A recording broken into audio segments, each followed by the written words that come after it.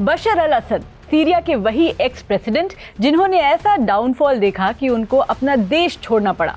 उसके बाद से उनकी पत्नी अस्मा अल असद के बारे में कई तरह की खबरें सामने आ रही हैं।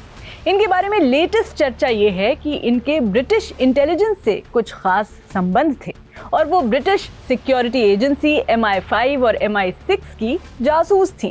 बता दें कि ये एलिगेशंस हैं on the basis of some media reports from Turkey, Arab and UK based media houses.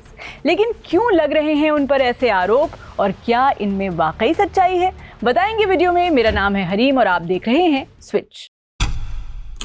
क्या बशर अल असद की पत्नी अस्मा ब्रिटिश इंटेलिजेंस एजेंसी की जासूस रह चुकी हैं? ये सवाल उठा है हाल ही में लीक हुए कुछ डॉक्यूमेंट्स की वजह से, जिन्होंने सीरिया के पूर्व राष्ट्रपति की पत्नी अस्मा अल असद के बारे में नई कंट्रोवर्सी छेड़ दी है। इन डॉक्यूमेंट्स में दावा किया गया है कि शादी से पहले अस्मा के ब्रिटिश इंटेलिजेंस एजेंसीज MI5 और MI6 से संबंध थे। हालांकि कई एक्सपर्ट्स इन डॉक्यूमेंट्स को फर्जी बता रहे हैं। तो कहां से आए हैं ये लीक हुए डॉक्यूमेंट्स और इनमें क्या इंफॉर्मेशन है? एज पर रिपोर्ट्स, ये डॉक्यूमेंट्स रिलीज किए हैं सीरिया के पत्रकार निज़ार नयूफ और कुछ मीडिया आउटलेट्स ने, जिनमें अस्मा अल असद के ब्रिटिश इंटेलिजेंस से अलेज्ड संबंधों का जिक्र है। एज पर द इंफॉर्मेशन कहा गया है कि अस्मा शादी से पहले JP मॉर्गन और डॉयच बैंक में काम करती थी और इस दौरान उनके इंटेलिजेंस से जुड़े ऑपरेशंस में शामिल होने का दावा किया गया है।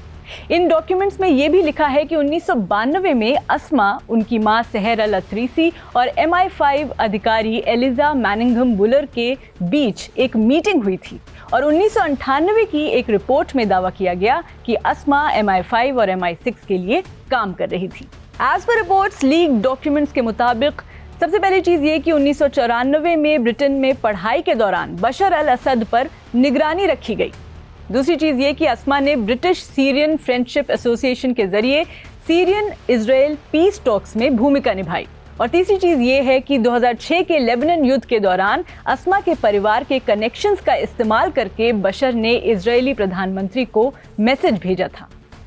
लेकिन इन डॉक्यूमेंट्स में कितनी सच्चाई है, इसकी अभी श्योरिटी नहीं है। दावा है कि ये डॉक्यूमेंट्स फोर्ज्ड हैं, फर्जी हैं। एक तो डॉक्यूमेंट के फॉन्ट को लेकर विवाद है। एक एक्स यूजर ने बताया कि 1992 के कथित डॉक्यूमेंट में इस्तेमाल हुआ कोकैब मोनो अरबिक फॉन्ट 2015 में बनाया गया था। इससे ये संभावना जताई गई कि डॉक्यूमेंट 2015 के बाद बनाया गया। दूसरी चीज ये कि डॉक्यूमेंट सोशल मीडिया पर तेजी से वायरल तो हो गए, लेकिन इसका सोर्स क्या है, इस बात का कोई वेरिफिकेशन नहीं है। और इसको सच इसलिए भी नहीं माना जा सकता क्योंकि सीरियन सरकार या किसी इंटेलिजेंस एजेंसी ने इस पर ऑफिशियल स्टेटमेंट नहीं दिया है। लीक हुए डॉक्यूमेंट्स की ऑथेंटिसिटी पर सवाल उठाने वाले एक्सपर्ट्स इसे साजिश मानते हैं।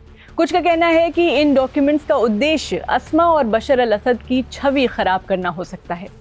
दूसरी तरफ ये भी पॉसिबल है कि इन डॉक्यूमेंट्स के जरिए इंटरनेशनल लेवल पर असद शासन को बदनाम करने की कोशिश हो रही है। यहाँ ये समझ लेते हैं कि ब्रिटेन और सीरिया के रिश्ते कैसे रहे हैं। 2000 में जब बशर अल असद सीरिया के राष्ट्रपति बने तो ब्रिटेन और सीरिया के रिश्ते अलग अलग दौर से गुजरे। 2002 में बशर और अस्मा को ब्रिटेन के प्रधानमंत्री टोनी ब्लेयर ने इनवाइट किया था, लेकिन 2011 में सीरियन सिविल वॉर शुरू होने के बाद से रिश्ते पूरी तरह से खराब हो गए। तो कुल मिलाकर बात यह है कि अस्मा अल असद और ब्रिटिश इंटेलिजेंस के अलेज्ड रिश्तों का मामला फिलहाल अनक्लियर है। डॉक्यूमेंट्स का वेरिफिकेशन होने तक इसे अफवाह या प्रोपेगेंडा के तौर पर देखा जा रहा है। लेकिन सीरिया की पॉलिटिकल सिचुएशन और असद परिवार के कंट्रोवर्शियल इतिहास को देखते हुए ये मामला आने वाले वक्त में बड़ा हो सकता है। For more videos on Syrian crisis, keep watching switch.